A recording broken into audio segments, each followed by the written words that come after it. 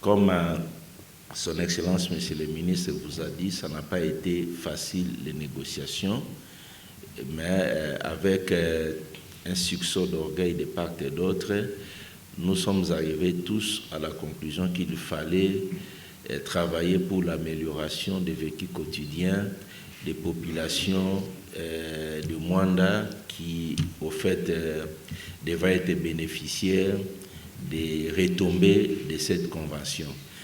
Nous avions insisté tous pour qu'il y ait un comité qui soit mis en place pour que les fonds puissent quitter le trésor public, puissent être mis à la disposition d'un comité, tout simplement parce que chaque fois que nous avons des contrats et que dans ces contrats, il est prévu que les bénéficiaires puissent améliorer, dans le cadre des cahiers de charges, la situation des populations,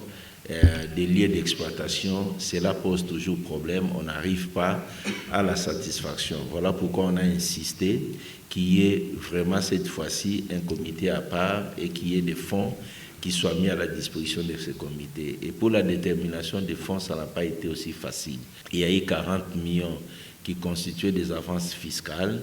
que la DGI sera obligée de rembourser entre guillemets sur le paiement des impôts, mais il y a un bonus de signature de 25 millions sur lequel nous avions tous insisté que 10 millions soient mis à la disposition de votre comité.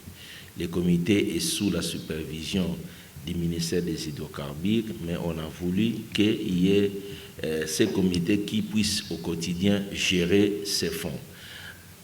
Tous ensemble, je crois qu'on s'est mis d'accord que ces fonds devaient servir au développement uniquement des territoires de Mwanda, parce que c'est le territoire de Mwanda qui était concerné. Alors, ces fonds donc, sera destiné à des projets de développement. Nous serons tous là pour travailler de manière à ce que ces fonds puissent obtenir une visibilité, que la population de Mwanda se rende compte cette fois-ci que les fonds mis à la disposition du comité a un impact sur sa vie sociale. Voilà pourquoi nous devons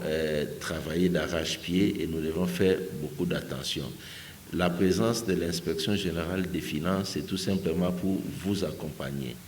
Vous accompagner de manière à ce que demain qu'on ne tombe pas sur un scandale que les 10 millions qui étaient destinés à Mwanda a pris une destination inconnue où on n'a pas vu à quoi ça servit. Donc, nous constituons peut-être une garantie